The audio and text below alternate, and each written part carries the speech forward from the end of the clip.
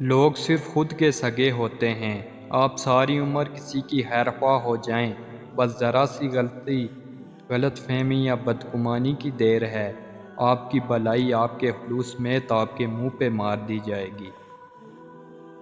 رسول اللہ صلی اللہ علیہ وسلم نے ارشاد فرمایا، بے شک رات میں ایک ایسی گھڑی ہے کہ اس وقت کوئی مسلمان شخص دنیا اور آخرت کی جو بھی چیز اللہ سے مانگتا ہے تو اللہ تعالیٰ اسے وہی چیز عطا فرما دیتا ہے۔ اے اللہ، کبھی کسی بچے کو بچپن میں یتیم نہ کرنا۔ ہر ایک کے تائے چاچے جناب ابو طالب جیسے نہیں ہوتے۔